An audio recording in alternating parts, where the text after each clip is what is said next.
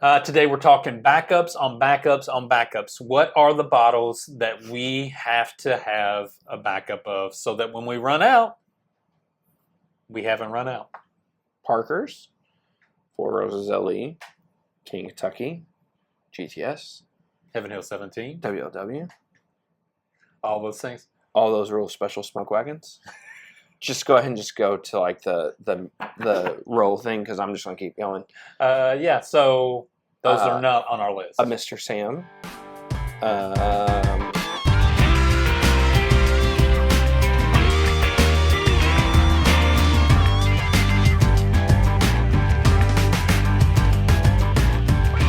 Welcome back to another edition of Bourbon Kingdom. I'm David. And I'm Zach. And today we are going to talk through the bottles on our collections that we like to have backups of. Mm-hmm. Now, here's the truth. I mean, we could probably talk about a bunch of allocated, like really, really deep cut kind of stuff. And we'd be like, yeah, I need that stuff. But you went deep cut, then I was waiting for you to go, Adrian. The truth is these are... I think for both of us, pretty much, you know, Zach's always got a little trick up his sleeve, so we'll see what happens. We'll see what happens at the end. But generally speaking, these are just bottles that I think for both of us, like we drink on the regular, and so when we get low, we like to make sure we have one to back up from being low. I think, honestly, what we put on our list were bottles that we can always stock up and have enough of, because there's a couple, like, technically you kind of have more allocated bottles than me on your list. You might be right. So I mean, mine's kind of like a pair, so like, yeah, you know, but anyways, these are bottles that are somewhat reasonable to find. Yeah. Overall, there's 3 bottles. You could argue it's like a little tough, but you know, it just is what it is with our area. I guess we just have access. Yeah. And we can just, over time, find them throughout the year. Yeah, for sure. All right. Before we get started, hit the like, subscribe, turn on notifications, and that way you can know when we drop new stuff. Can I go now? You can. All right. First one. I'm just going to start off with a hitter. Rare Breed. And if you've been part of this channel at all, you know that it's going to be on the list. If my buddy Ethan is watching right now, he's going to look at me. He's like, gosh, not another video with Rare Breed in it. I get it. All right. I get it. Yeah. Rare Breed is everywhere. We all love Rare Breed. It's awesome. It's literally like this amazing bottle that Wild Turkey just puts out.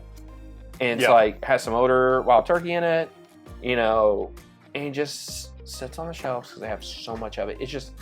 crazy how really good this is. It blinds really well. Yes. And it has a little bit of proof to it, but it's not like a crazy, like, I'm gonna punch you in the face. Yeah. It's just awesome. It is. And I get it. At one point in time we couldn't find it during COVID with glass shortage, but they back. It's back. It is back. All right. So I'm just gonna start with a hitter as well. And that is the Four Roses single barrel strength. Now here's the deal. We've talked about this in the past about like not hunting for this and junk like that. But the truth is, for me,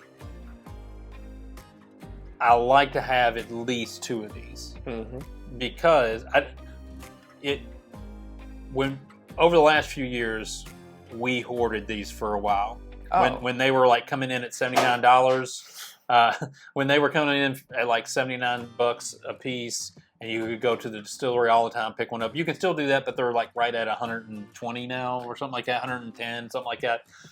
But for me, like I don't have 5 or 6 of them anymore. I have 1, and I had 2. Just finished 1. This is my backup, so I will be getting another one to back this one up.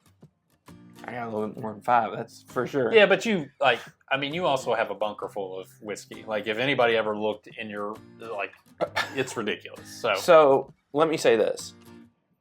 Four Roses would have been on mine if Dave wouldn't have taken it, but he picked that one, so I was like, all right, I'll pick something else. Yeah. I totally agree with everything you're saying with the value and the price and everything. You got into whiskey and really started getting into it where it was like, what, $75 a bottle? Yeah. I remember it being like $55, $60. Yeah. And you could buy 2. Yeah. You could buy 2 for that now. You could buy 2 at $75 still. But you could buy 2. Now it's just like limit 1. It's 1 and it's like $115, $120 bucks. So like whenever they would go on runs with some of these awesome runs of single barrels, we would buy multiples. I don't even remember this one. Oh, this is that's that Tier 2 OESO, I think. Yeah. I think that went out at Cox's Creek. If I recall. It did. That's where I got it from. So, all right, next one. And you know what's crazy? I don't know if this is the best rye that's on the market, but I drink this honestly more than anything else. It's a good rye. It's really good. Like, I could argue with Forester, I could argue Sagamore, but what I've realized is I come back and I drink more of this than any of them. Yeah. It's kind of like, so good. And the fact that this is pretty regularly on the shelves now it's literally everywhere. So, having a backup that I totally understand you having that for sure. All right, my next one is just follow up Jack Daniels with Jack Daniels. This is the bonded. This is just, to me, the best of their little low tier, I agree. Entry level, whatever you want to call.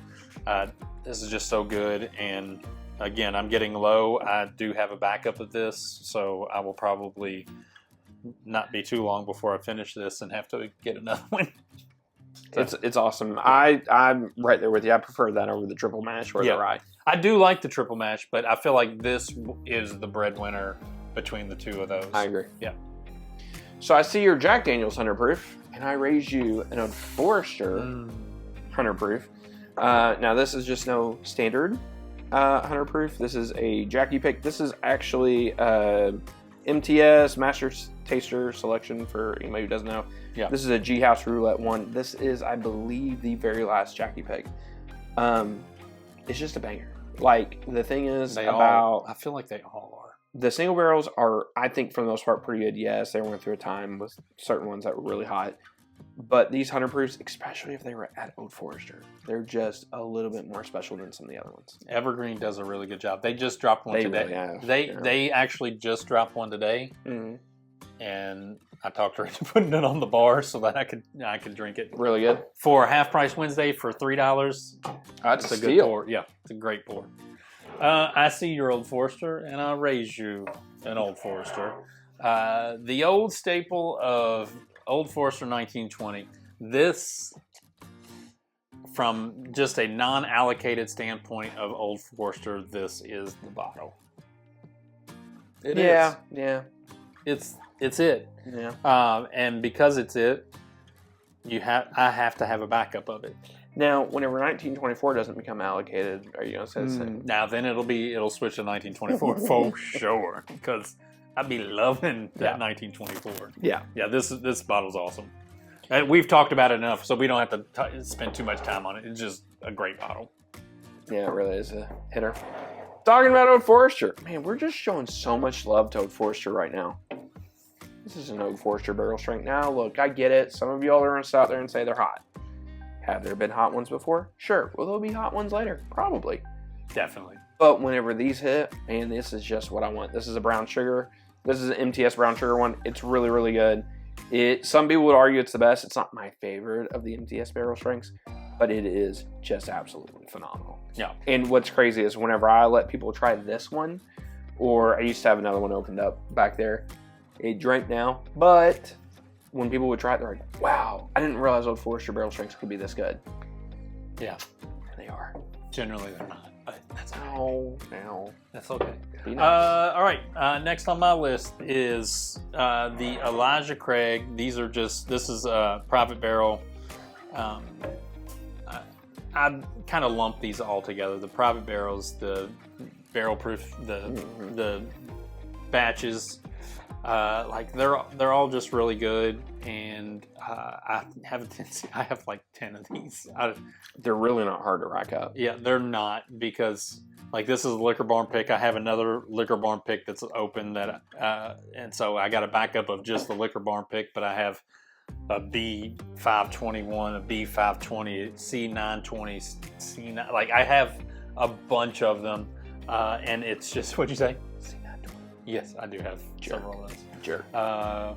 And so, to me, this is one of my favorites, and I just drink on them all the time, and so I have to have the backups on it, because not that I go through them in a week or anything like that, but about every 2 or 3 months I'm through one of them, and it's nice to be able to just go to my shelf and go, oh, okay, I have another one, and another one.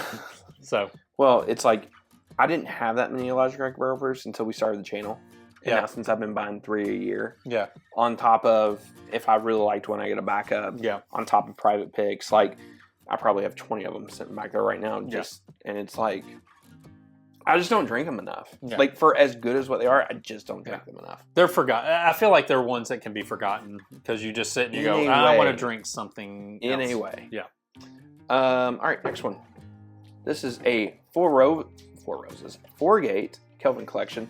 So, look, I'm not going to pick just one Kelvin collection. I'm just going to kind of throw in the whole thing. I really love this with a cigar, so I do drink these kind of on a regular basis. Yeah. And these are just like, yes, it's a little pricey to have backups of this. I'm not going to disagree. But man, this are these two? They're 200 flat. Yeah. But man, they're good. Yeah. They're just stupid good. And I love this year's. Yeah, the 6 is really good. The rum finish one, it's amazing. It's still probably my favorite thing I've had with a cigar all year. It's really good. All right, for me, this has been like one of my favorite ryes in a long time. And this Green River rye is really good. And as you can see, there ain't much left. Unfortunately, I have another bottle of it at the house. Mm-hmm. And so once this one goes, I'll probably get another one to have a backup on this. This one has helped me really like rye a whole lot. And interesting. Yeah. And so it's so off profile from a rye, like in a good way though. Yeah. I really do think it's a good thing on how off profile it is. It's fun. Yeah. You know, but it is very off profile, which is interesting. Yeah. So anyway, this is in my backup list for sure. So we're gonna stick with Green River. Oh, we are. Yeah, you know, you could kind of argue, like, kind of like whatever here. Okay, so in the video, I'll have like a single barrel up there. But really, some of these Green River single barrel picks I've really enjoyed and loved, especially some of the ones with Kelvin. You know, certain Kelvin barrels in there. I don't know what you're talking about. Who's Kelvin? Don't worry about it. And what are you doing? You're just going to start opening and drinking right here? No, I'm just going to smell. No, fair enough.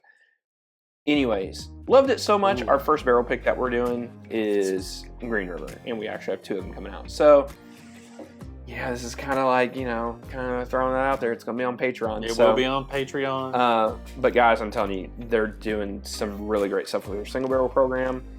And we picked 2 barrels, like I said, and one of them is that one number 2? No, that's number 1. Is this number 1? Yep. Yeah. They're going to be really good. Yeah. Can't wait to talk to Patreon about these. Yeah, and we will definitely have backups of those. Yeah. Not a lot of them, especially one. Yeah, that is definitely true. And then my old trusty is Woodford Double Oak, and not normal Woodford. This one's actually a Zombieland Double Oak pick. This is a little Bourbon Club one. I have a tendency to really like the store picks or the barrel picks of these, and so whenever I can find a backup barrel pick, I have a Distill, which is a hotel in downtown Louisville, and I have the Zombieland one, and then I have a Shop with a Cop one too. So I have actually 3 of these, and I and they all taste different, which is what I love about them. They all have the general double oak feel to them, but they all have just kind of a little bit different taste to them, and which I really like. And I always just want to make sure I have a backup of this double oak. Yeah, that's fair. All right, that is our list of things that we have backup of, and generally speaking, they're all pretty regularly available. Yeah, I feel like you can get your hands on it at some point in time within maybe like not the year. Exact bottle of like Zombieland. Yeah, but a Double Oak store pick, an Elijah Craig store pick. You know, obviously the rest of them. So anyway, all right. Well, tell us what's on your list, and until the next time, we'll see you. We'll see you.